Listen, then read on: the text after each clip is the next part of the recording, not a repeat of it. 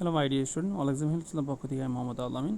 তো আজকে হচ্ছে আমরা তৃতীয় শ্রেণীর, দেখতে পাচ্ছ তোমরা তোমাদের 24 নম্বর পৃষ্ঠা। আজকে প্রশ্নগুলো উত্তর দিব। তৃতীয় শ্রেণীটা তোমাদের বাংলাদেশ বিশ্ব পরিচয় বইয়ের সমাধান। পৃষ্ঠা নাম্বার হচ্ছে তোমরা দেখতে পাচ্ছ 24 নম্বর পৃষ্ঠা।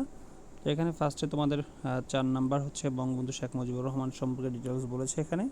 তো এটা তোমরা একটু পড়ে নিবা। তারপরে এখান থেকে আমাদের 3টা প্রশ্ন উত্তর দিতে হবে এবং নিচে আরেকটা প্রশ্ন আছে, টোটাল 4টা প্রশ্নের উত্তর দিতে হবে এখান থেকে। তো চলো আমরা উত্তরে চলে যাই।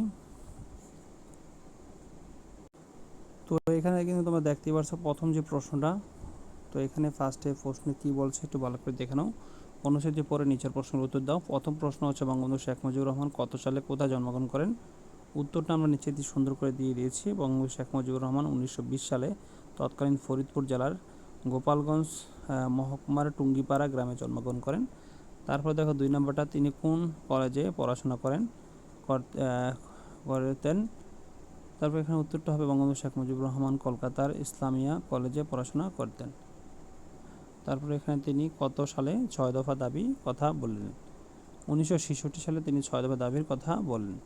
এই ছিল তোমাদের প্রথম 3টা প্রশ্ন। তারপর দেখো নিচের প্রশ্নটা, উপরের অনুচ্ছেদটুকু পরে নেতা হিসেবে বঙ্গবন্ধু শেখ মুজিবুর রহমানের অবদান লিখি।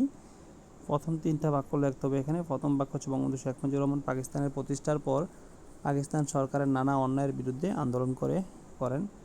2 নম্বর হচ্ছে বঙ্গবন্ধু শেখ মুজিবুর 1966 সালের পূর্ব পাকিস্তানদের মানুষের কল্যাণের জন্য 6 দফা দাবি পেশ করেন। তারপর হচ্ছে বঙ্গবন্ধু শেখ মুজিবুর রহমান 1971 সালে এই 7ই মার্চ একটি ঐতিহাসিক ভাষণ দেন। এতে পূর্ব পাকিস্তানের সাধারণ মানুষ স্বাধীনতার জন্য উজ্জীবিত হয়। এই ছিল তোমাদের 24 নম্বর পৃষ্ঠার উত্তরটা। ভিডিওটা কেমন হয়েছে অবশ্যই কমেন্টস করে জানাবে। যদি ভালো লাগে থাকে লাইক কমেন্ট শেয়ার করতে ভুলবে না। আজ এই পর্যন্তই, পরবর্তী ভিডিওতে আবার দেখা হবে। আল্লাহ হাফেজ।